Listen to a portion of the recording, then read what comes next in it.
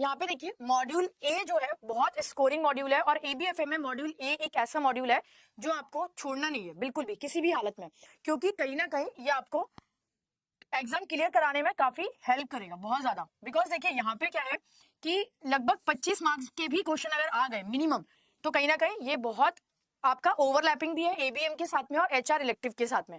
तो आप अगर एबीएफएम का ये मॉड्यूल करते हैं तो आपकी एबीएम की और एचआर इलेक्टिव की तैयारी ऑल टुगेदर काफी अच्छी हो जाएगी। ठीक है, तो कहीं ना कहीं अगर हम यहाँ पे देखें कि एबीएफएम के ये वाले जो पूरे 7 चैप्टर है अगर हम ये कर लेते हैं तो कहीं ना कहीं ये आपको बहुत हेल्प करेगा पेपर क्लियर कराने में।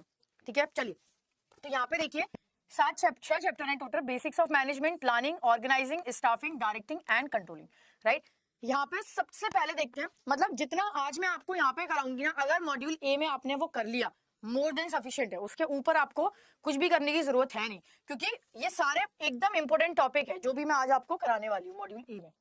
ठीक है, तो यहाँ पे देखिए सबसे पहले आते हैं हम यहाँ पे बेसिक्स ऑफ मैनेजमेंट के ऊपर। राइट, बेसिक्स ऑफ मैनेजमेंट में आप देखिए क्या है, प्लानिंग है, ऑर्गेनाइजिंग है, स्टाफिंग है, लीडिंग है एंड कंट्रोलिंग है। ठीक है, प्लानिंग का मतलब क्या होता है, प्लानिंग में आप ये देखते हैं कि हमें किसी चीज की जब प्लानिंग करनी होती है तो हम क्या करते हैं, एक ड्राफ्ट तैयार करते हैं। राइट, कोई भी इवेंट या किसी के लिए भी आपको पूरा एक प्लानिंग पहले करनी होती है, एक ड्राफ्ट बनाना होता है कि ये कब होगा, कैसे होगा। ठीक है, इस तरीके से। ऑर्गेनाइजिंग में क्या होता है, अगर हम ऑर्गेनाइजेशन के तौर पे बात करें, ऑर्गेनाइजिंग में क्या है, ऑर्गेनाइजिंग में आप ये देखते हैं कि क्या आपके पास जो रिसोर्सेज है वो सफिशिएंट है या नहीं है। ठीक है, तो आपके पास आप ये देखते हैं प्लानिंग में अगर आपको 100 लोगों की जरूरत है, आप इसमें असेसमेंट करते हैं कि हमें अगर 100 लोग चाहिए तो क्या हमारे पास है या नहीं है, मतलब proper man machine material properly हमारे पास है या नहीं है। ठीक है, स्टाफिंग में क्या होता है, स्टाफिंग में आप अगर आपके पास रिसोर्सेज नहीं है, सपोज आपके पास 100 लोगों की जगह 90 लोग हैं, तो आप क्या करोगे, यहाँ पे स्टाफिंग करोगे, रिक्रूटमेंट। ठीक है, आप और 10 लोगों को यहाँ पे हायर करोगे। ठीक है ना, तो that is a staffing. Right, ये मैं आपको पूरा स्टेप बाय स्टेप बताती जा रही हूँ एंड मूविंग फॉरवर्ड पूरा एक एक चीज फिर पूरा डिटेलिंग में आएगा। ठीक है, लीडिंग में देखिए क्या होता है लीडिंग में देखिए क्या होता है, लीडिंग में आप उन्हीं लोगों को जो आप जिनको आपने रिक्रूट किया है, केवल रिक्रूट करना काफी नहीं है, आपको उन्हें उनका काम भी समझाना पड़ेगा। You have to go for the direction also, leading या डायरेक्शन। ठीक है, तो इसमें आपको क्या करना होता है, डायरेक्शन या लीडिंग में आपको क्या करना होता है, इसमें आपको लोगों को उनका काम बताना होता है, समझाना होता है। ठीक है, फिर आता है यहाँ पे कंट्रोलिंग। कंट्रोलिंग में क्या है, कंट्रोलिंग में आप ये देखते हैं कि क्या जो काम दिया गया था, it is a checkpoint, क्या जो काम दिया गया था क्या वो एम्प्लॉय ठीक से कर भी रहे हैं या नहीं कर रहे हैं। ठीक है, so that is basically the controlling, planning, organising, staffing, leading and controlling. ठीक है, आगे आते हैं यहाँ पे। नॉर्मली इस बार जो एबीएफएम में आया था, यहाँ से कोई क्वेश्चन आया तो नहीं था, बट फिर भी देखते हैं क्या चीजें हैं यहाँ पे। ठीक है, अगली वाली मिनी मैराथन में मैं आपको मॉड्यूल ए के क्वेश्चन आंसर कराऊंगी, मे बी इसी वीक में ही कराऊंगी मैं मिनी मैराथन, वहां पे हम लोग मॉड्यूल ए के क्वेश्चन आंसर करेंगे। ठीक है, आज आप लोग पूरा एक एक्सप्लेनेशन टाइप का रहेगा और अगले वाले हफ्ते में पूरा एक कंप्लीट क्वेश्चन आंसर रहेगा। तो यहाँ पे देखिए ये कुछ 6 स्कूल ऑफ थॉट है मैनेजमेंट की। ठीक है, स्कूल ऑफ थॉट का मतलब है कि जो पहले मैनेजमेंट की डेफिनेशन थी वो कितनी अलग थी। राइट, क्लासिकल स्कूल पे कितनी अलग थी, न्यू क्लासिकल में फिर और बदली, क्वांटिटेटिव में ये डेफिनेशन और बदल गई, सिस्टम, कंटीजेंसी एंड कंटेम्परेरी। तो ये जो डेफिनेशन है ये धीरे धीरे मैनेजमेंट की चेंज होती है। पहला स्कूल ऑफ थॉट है क्लासिकल स्कूल ऑफ थॉट। ठीक है, जिसमें आपने एफडब्ल्यू टेलर या रेबल हाइपोथेसिस वगैरह पढ़ा है। क्लासिकल स्कूल ऑफ थॉट क्या होता है, ये कहता है बेसिकली कि जो एम्प्लॉय है, ठीक है, उनका काम है मैनेजमेंट की सुनना, मैनेजमेंट का काम नहीं है एम्प्लॉय की सुनना। ठीक है, बहुत ट्रेडिशनल अप्रोच है, बहुत पुरानी अप्रोच है। तो यहाँ पे क्या कहा गया है कि क्लासिकल स्कूल में जैसे एफडब्ल्यू टेलर है या मैक्स वेबर है, इन लोगों ने अपनी थ्योरीज दी थी। इन्होंने ये कहा कि मैनेजमेंट का काम नहीं है कि वो वर्कर की सुने, वर्कर का काम है मैनेजमेंट की सुने। बट हाँ, मैनेजमेंट को ये कोशिश करना चाहिए कि वर्कर को ऐसा माहौल दिया जाए सो दैट उनकी प्रोडक्टिविटी इंक्रीज हो, उनको इंसेंटिव दो, उनको सैलरी प्रॉपर दो, सो दैट ट्रेनिंग दो, सो दैट उनकी जो कैपेबिलिटी है वो इंक्रीज हो सके। इस थॉट को न्यू क्लासिकल या बिहेवियरल ने एब्सोल्युटली गलत माना। इन्होंने क्या कहा कि नहीं, मनी केवल नीड नहीं है, ठीक है, उसके अलावा भी और जरूरतें होती है एम्प्लॉय की, जैसे सोशल बिलोंगिंग, एस्टीम। ठीक है, जहां पर आपने मैस्लो या एल्टन मायो वगैरह यहाँ पे पढ़ा है। ठीक है, वेवरल स्कूल ऑफ थॉट, जहां पे ये माना गया कि पैसे के अलावा, मनी के अलावा भी एम्प्लॉइज की और भी नीड है।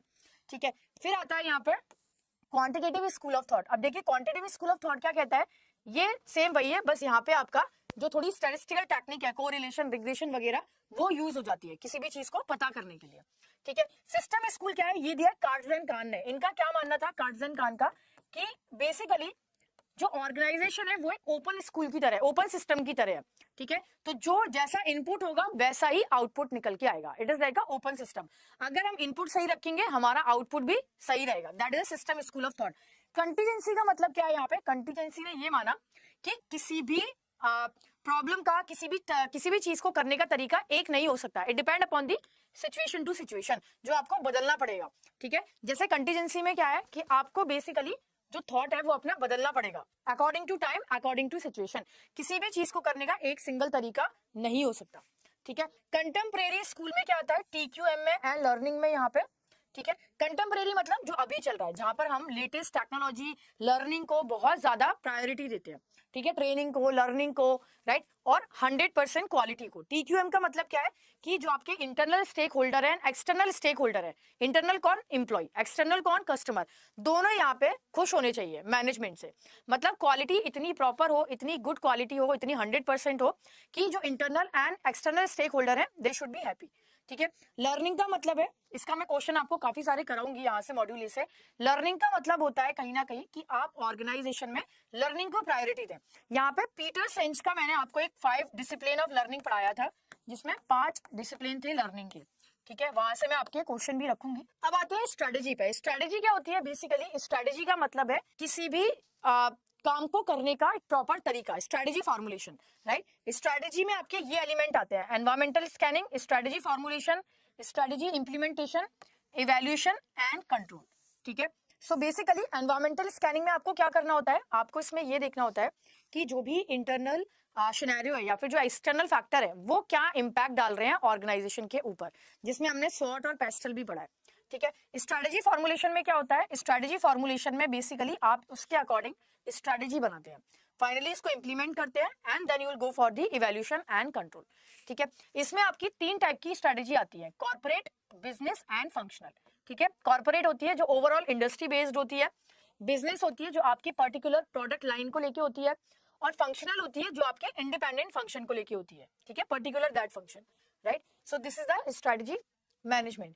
अब आते हैं यहाँ पे कुछ बिजनेस मॉडल, ठीक है। बिजनेस मॉडल से नॉर्मली क्वेश्चन नहीं आया था, राइट, बट ये मैंने आपको लगभग सारे करवाने की कोशिश करी है पेड बैच में भी, राइट। और यहाँ से मैं क्वेश्चन लूंगी भी, क्योंकि इस बार तो क्वेश्चन नहीं आया था जून के एग्जाम में, but may be next time जो है वो आपका यहाँ पे क्वेश्चन आ सकता है, ठीक है। कंसल्टिंग सर्विस, जहां पर ऑर्गेनाइजेशन जो है वो केवल कंसल्टिंग सर्विस प्रोवाइड करते हैं। Profit pyramid, multi component advertisement, जैसे यूट्यूब है, ठीक है, यूट्यूब है या फिर आपका गूगल एड्स है। Switch board model, model time model, efficiency model, blockbuster, कोई प्रोडक्ट आपका बहुत हिट होता है, प्रॉफिट मल्टीप्लायर, पहले छोटा कुछ प्रोडक्ट बेचना, then go for the multiple, ठीक है। Entrepreneur model and de facto industry standard model. तो ये टोटल 11 मॉडल है। ये मैं आपको पेड क्लास में पूरे कंप्लीट 11 मॉडल जो है वो आपको कराऊंगी जब रिवीजन बैच होगा। डिटेल में हम लोग ये ऑलरेडी कर चुके हैं, ठीक है। आगे आते हैं यहाँ पे। अब देखते हैं प्लानिंग का मतलब क्या है। प्लानिंग का मतलब देखिए क्या है: what is to be done, where is to be done, how it is to be done, when it is to be done and who will execute. इसका मतलब होता है प्लानिंग में आपको ये 5 चीजें पता करनी है: what, where, how, when and who, ठीक है। क्या पता करना होता है? व्हाट, वेयर, ठीक है, हाउ, व्हेन एंड हु, कि ये काम कौन करेगा, कब होगा, कैसे होगा, कहाँ पे होगा। All these answers you have to find out in the planning process, ठीक है। आपको ये 5 आंसर फाइंड आउट करने होते हैं। इसके बाद आता है आपका यहाँ पे एमबीओ। एमबीओ से क्वेश्चन आपका एचआर इलेक्टिव में भी आया था और आता भी है, एबीएम में भी आया था और इवन एबीएफएम में भी आया था। तो ये एक इतना इंपॉर्टेंट टॉपिक है जहां से आपको क्वेश्चन मिलना ही मिलना है, चाहे वो एबीएम हो, एचआर इलेक्टिव हो या एबीएफएम हो। एमबीओ किसने दिया है? एमबीओ दिया है पीटर एफ ड्रकर ने। नाम आप लोग याद करो, इट इज ओके, नहीं भी याद करो चलेगा, ठीक है। तो यहाँ पे देखिए नॉर्मली अब मैं जो मॉड्यूल ए से जो क्वेश्चन आंसर रखूंगी ना, वो ज्यादातर मैं विदाउट ऑप्शन काफी सारे रखूंगी, ठीक है, सो दैट आपको नाम याद होने चाहिए एग्जैक्ट चीजों के, क्योंकि हो सकता है न्यूमेरिकल में आ जाए विदाउट ऑप्शन, बट हो सकता है थ्योरी में भी आ जाए, ठीक है। तो यहाँ पे देखिए एमबीओ का मतलब क्या है। यहाँ पे एमबीओ का मतलब है मैनेजमेंट बाय ऑब्जेक्टिव, राइट। इसमें क्या होता है बेसिकली, आप और आपका मैनेजर दोनों एक साथ बैठते हैं, ठीक है, दोनों कुछ गोल या टारगेट जो है वो सेट करते हैं, राइट, ऑर्गेनाइजेशन के टारगेट के अकॉर्डिंग, जिस पर आपकी भी कंसेंट होती है, सबऑर्डिनेट की भी, ठीक है। उसके बाद आपकी परफॉर्मेंस को यहाँ पे मेजर किया जाता है, मे बी 6 मंथ और 1 ईयर के बाद, ठीक है। और उसके बाद इवेल्युएट करने के बाद फिर फाइनली फीडबैक या रिवॉर्ड दिया जाता है। तो इसमें ये देखा जाता है कि अगर किसी एम्प्लॉय को 100% टारगेट दिया गया है, ठीक है, जिसके लिए उसने भी हाँ किया है, अगर उसने 80% ही अचीव किया तो बचा हुआ 20 नहीं कर पाने के क्या रीजन है? मैनेजमेंट बाय ऑब्जेक्टिव, मतलब एकदम गोल टारगेट आपका यहाँ पे पहले से ही सेट होता है कि आपको आने वाले साल में ये सारे काम करने हैं, ठीक है। मैनेजमेंट बाय ऑब्जेक्टिव, आपके पास ऑलरेडी टारगेट है, ऑलरेडी ऑब्जेक्टिव है, ऑलरेडी गोल है कि आपको यहाँ पे आने वाले साल में ये काम करने हैं, और अगर आप नहीं कर पाते तो वहां पे ये देखना होता है कि वाई इज इट सो, क्या रीजन है उसका। तो ये अप्रोच पीटर एफ ड्रकर ने दी थी। काफी सारे फायदे भी हैं इसके, काफी सारे डिसएडवांटेज भी हैं। फायदे क्या है? फायदे ये हैं कि थोड़ा कॉम्पिटिटिव माहौल रहता है, ठीक है, और कहीं ना कहीं एक कॉम्पिटिशन क्रिएट होता है कि हमें भी ये करना है, हमें भी ये करना है। बट अनहेल्दी जो है, जो डिसएडवांटेज है इसके, वो ये है कि कहीं ना कहीं एक अनहेल्दी कॉम्पिटिशन क्रिएट होता है और लोग अपने हिसाब से टारगेट सेट कर लेते हैं। सपोज मेरे लिए अगर 70% ओके है तो मैं अपना टारगेट उतना ही सेट करूंगी जितना मैं पूरा कर पाऊं। मैं क्यों चैलेंजिंग टारगेट अपने लिए सेट करूंगी? सो दैट एक एम्प्लॉय अपनी परफॉर्मेंस को अच्छा दिखा सके, राइट। तो यहाँ पे थोड़ी सी ये बाइस्ड अप्रोच है। डिसएडवांटेज इसका यही है कि एम्प्लॉय कई बार अपने हिसाब से भी टारगेट इसमें सेट कर लेते हैं, ठीक है, कहीं ना कहीं अपनी परफॉर्मेंस को अच्छा दिखाने के लिए, राइट।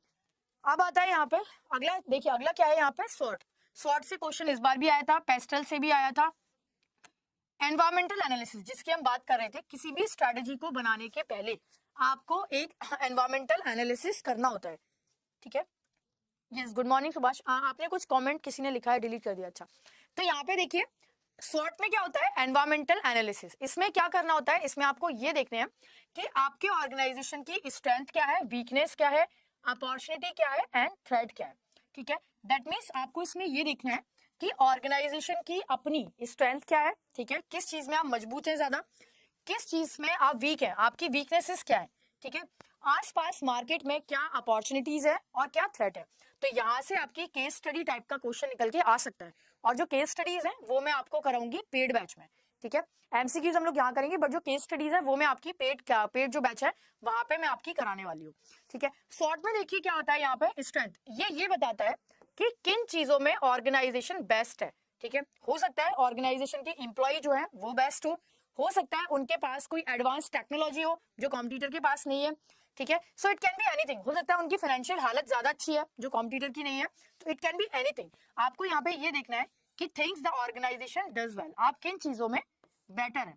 वीकनेस में आपको क्या देखना है, कहां पर आप लैक कर रहे हैं, ठीक है, what is the resource limitation, कहां पर आपको, राइट, कहां पर आप वीक हैं बेसिकली, राइट। और अपॉर्चुनिटी में आपको ये देखना है बेसिकली कि क्या अपॉर्चुनिटीज हैं जो नजर आ रही हैं आपको इंडस्ट्री में।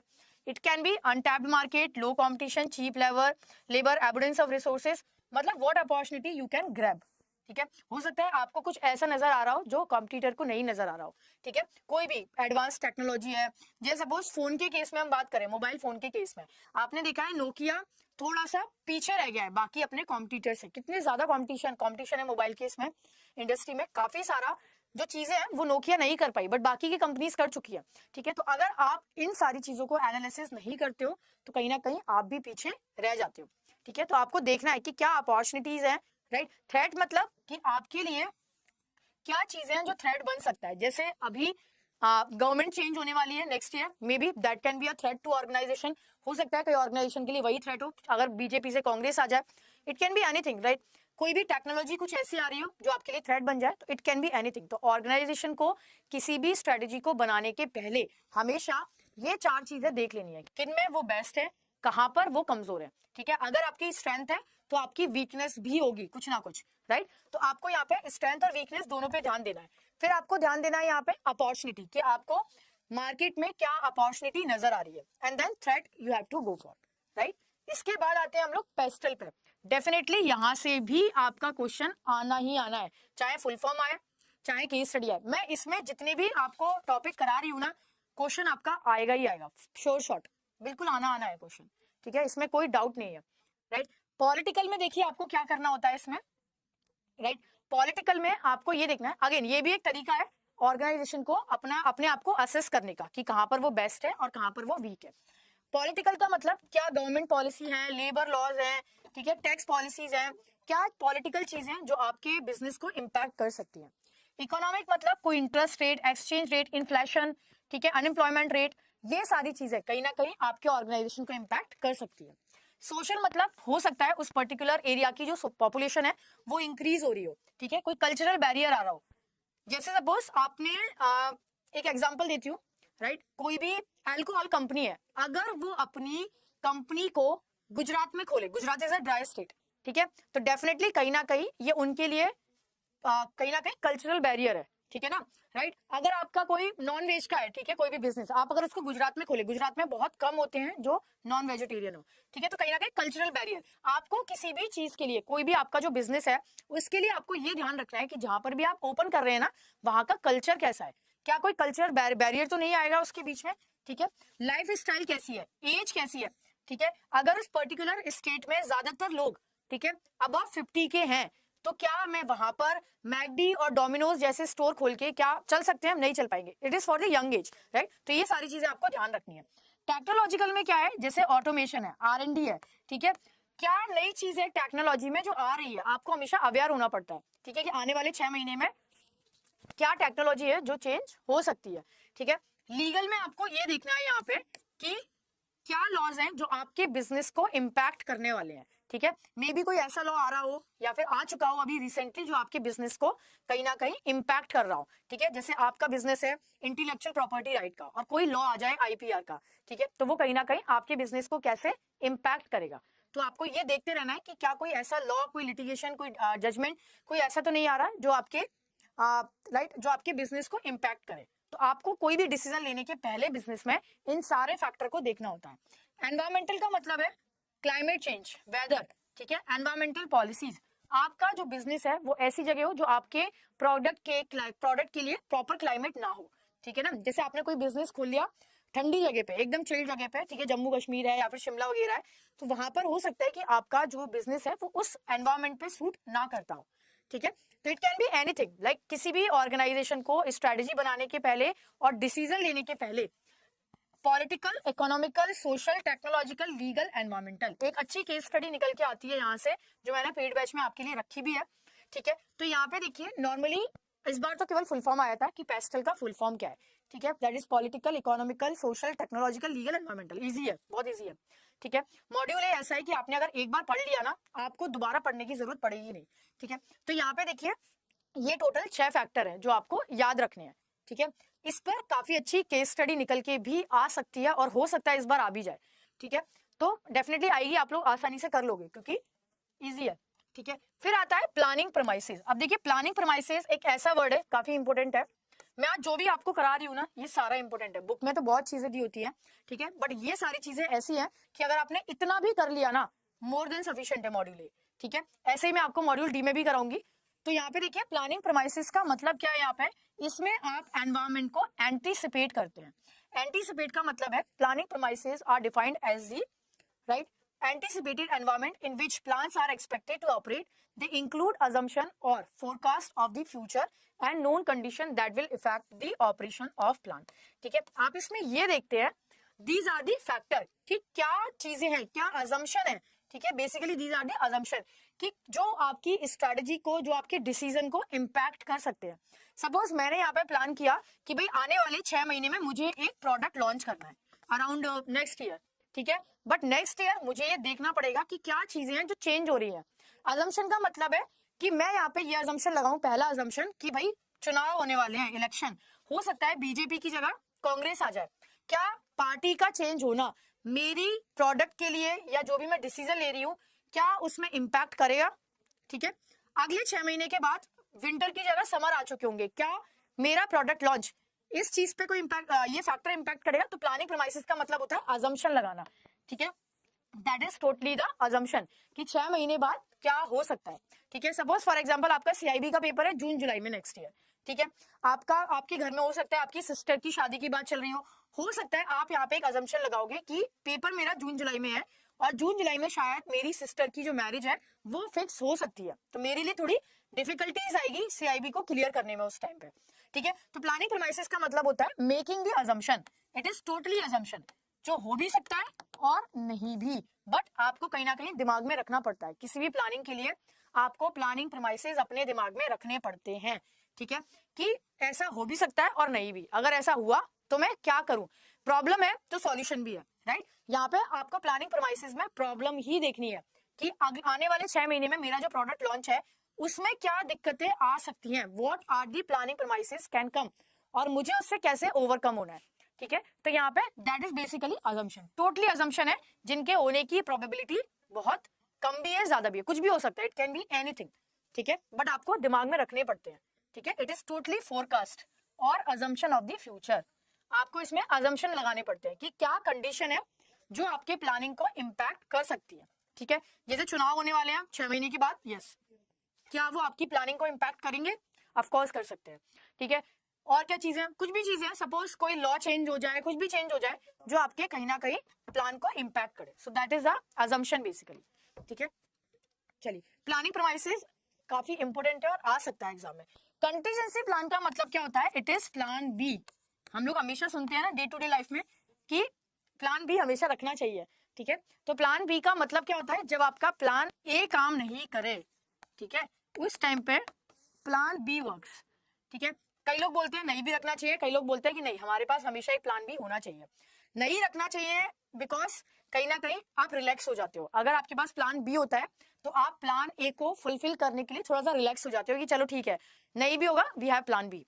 बट कई बार ये भी होता है कि हमें रखना भी चाहिए। ठीक है, सपोज अगर आप यूपीएससी की प्रिपरेशन कर रहे हैं, ठीक है, और आपके अराउंड 6 अटेम्प्ट हो चुके हैं, आपको कहीं ना कहीं बीच में प्लान बी भी रखना चाहिए कि अगर नहीं हुआ तो मैं क्या करूं।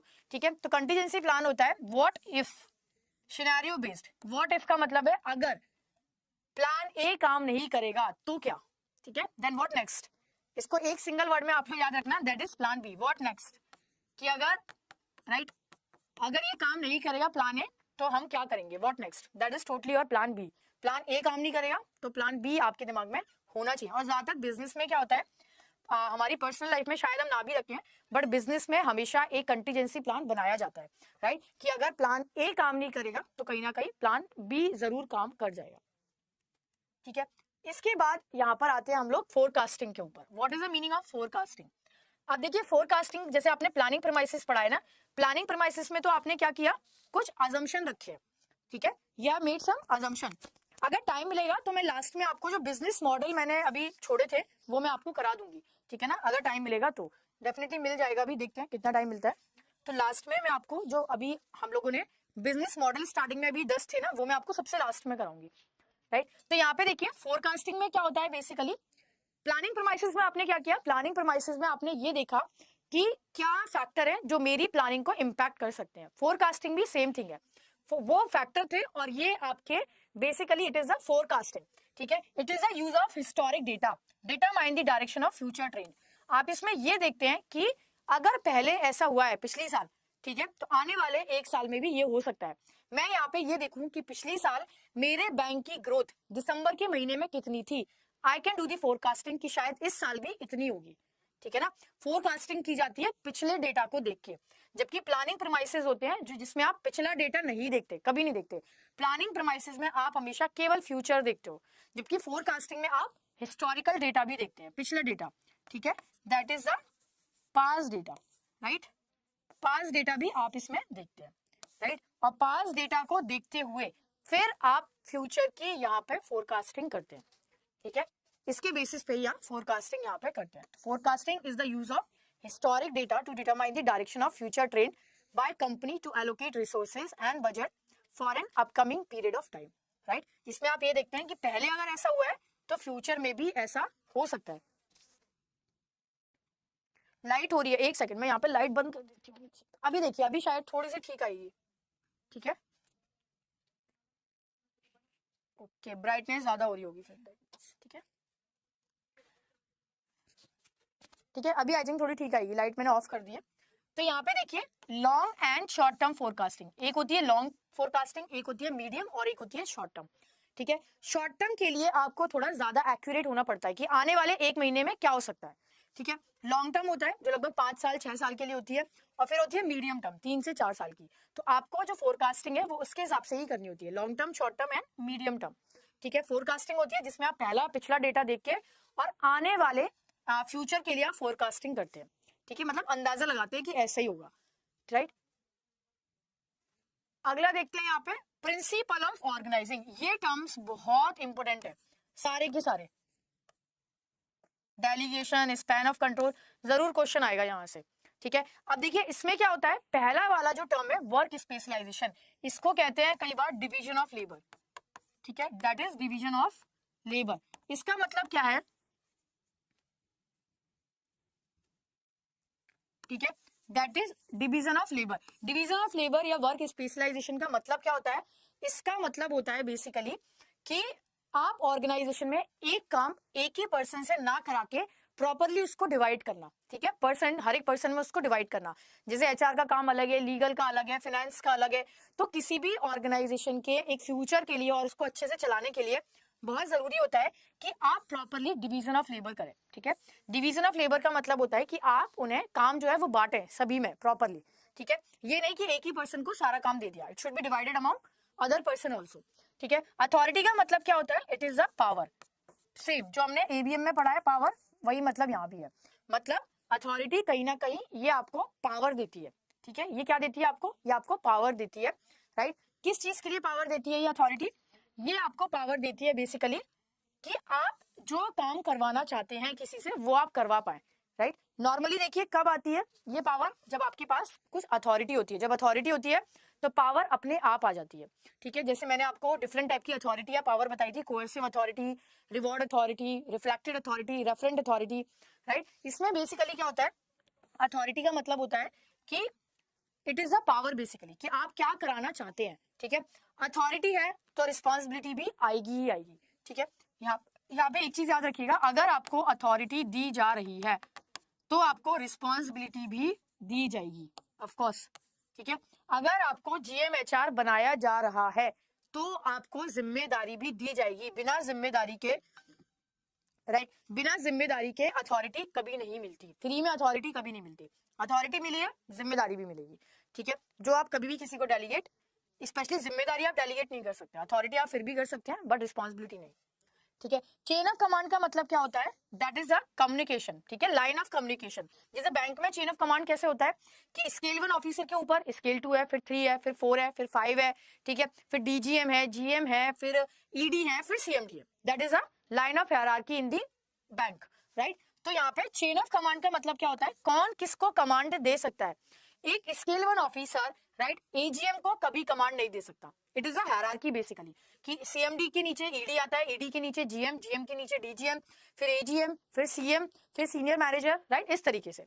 सो बेसिकली इसमें क्या होता है चेन ऑफ कमांड में, राइट, कि इसमें ये देखा जाता है कि what is a hierarchy in the organisation, कौन किसे कमांड दे सकता है, राइट। यूनिटी ऑफ कमांड का मतलब होता है वन बॉस। इसको आप केवल एक वर्ड में याद रखना, वन बॉस।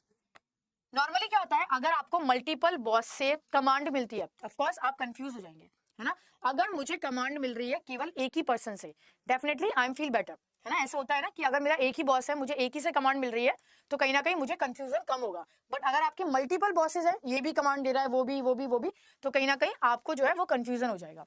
स्केलर प्रिंसिपल का मतलब क्या होता है यहाँ पे, स्केलर प्रिंसिपल का मतलब होता है that is the again line of communication. ये स्केलर प्रिंसिपल कि आप किसको कमांड देते हैं, ठीक है, that is a line of communication, right. Delegation का मतलब होता है अपनी ड्यूटीज को, अपनी अथॉरिटी को डेलीगेट करना, किसी और को देना। जैसे बैंक में क्या होता है, अगर जीएमएचआर छुट्टी पे है ना, अब अगर जीएमएचआर छुट्टी पे है और अगर अचानक से कोई भी ऐसा कुछ आ गया कि ट्रांसफर ऑर्डर साइन करना है, लीव साइन करनी है, तो कौन करेगा, डीजीएमएचआर को वो अथॉरिटी दी जाती है कि भाई आप साइन कर देना, ठीक है। अथॉरिटी आप डेलीगेट कर सकते हैं बट रिस्पॉन्सिबिलिटी पूरी तरीके से डेलीगेट नहीं कर सकते। सपोज डीजीएमएचआर ने कोई ऐसा डिसीजन ले लिया जिसके कॉन्सिक्वेंसेस बाद में जीएमएचआर को झेलने पड़ रहे हैं, ठीक है, तो रिस्पॉन्सिबिलिटी आप पार्शियली डेलीगेट कर सकते हैं, पूरी तरीके से नहीं। Authority you can delegate, but accountability ऐसी चीज है, मैंने आपको पेड में भी पढ़ाया था ये, अकाउंटेबिलिटी ऐसी चीज होती है जो आप कभी भी डेलीगेट नहीं कर सकते, ठीक है। जवाबदेही बैंक में तो इस वर्ड का बहुत ज्यादा मीनिंग है ना। स्टाफ अकाउंटेबिलिटी हर केस में देखी जाती है, ठीक है। कोई भी फ्रॉड होता है, कुछ भी होता है, अकाउंटेबिलिटी जरूर जज की जाती है कि किसकी अकाउंटेबिलिटी थी, ठीक है। तो अकाउंटेबिलिटी स्पेशली अगर हम बैंक के केस में बात करें, यू कैन नॉट डेलीगेट, आप दे ही नहीं सकते किसी को, ठीक है। बैंक में तो वैसे मुझे लगता है अथॉरिटी भी नहीं देनी चाहिए, क्योंकि कई बार होता है कि कुछ ऐसे कॉन्सिक्वेंसेज होते हैं जो आपको बाद में देखने पड़ जाते हैं कि कुछ भी खराब डिसीजन हो गया या कुछ भी हो गया तो झेलना पड़ता है वो चीज, ठीक है। But yes practically authority can be delegate accountability को आप डेलीगेट नहीं कर सकते। डेलीगेशन का मतलब होता है जब आप किसी और को वो जिम्मेदारी देते हैं। स्पैन ऑफ कंट्रोल, ये क्वेश्चन आ सकता है डेफिनेटली। स्पैन ऑफ कंट्रोल का मतलब क्या होता है? स्पैन ऑफ कंट्रोल का मतलब होता है कि आपके अंडर में कितने सबऑर्डिनेट हैं, नंबर ऑफ सबऑर्डिनेट। इसकी मैंने एक पेड क्लास में केस स्टडी भी रखी है, थोड़ी सी मैं आपको यहाँ बता देती हूँ, ठीक है। चलिए, तो यहाँ पे आते हैं span of control. Span of control की केस स्टडी मैंने रखी हुई है, मैं स्केलर चेन अभी बता रही हूँ आपको, डोंट वरी, मैं बता रही हूँ संदीप जी, वेट है। तो यहाँ पे देखिए, स्पैन ऑफ कंट्रोल में क्या आता है? द नंबर ऑफ सबऑर्डिनेट जो आपके अंडर में काम कर रहे हैं, ठीक है। फॉर एग्जांपल, ठीक है, मेरे अंडर में सपोज ये 5 लोग काम कर रहे हैं, ठीक है, राइट, दिस इज मी, और ये मेरे अंडर में 5 लोग हैं। अब इनके अंडर में भी 2 लोग काम कर रहे हैं, तो क्या मेरा स्पैन ऑफ कंट्रोल 5 होगा या 7 होगा? ऑफ कोर्स इट इज 5, ठीक है, 5 होगा, क्योंकि ये 2 लोग मेरे अंडर में नहीं है, ये इनके अंडर में है, और ये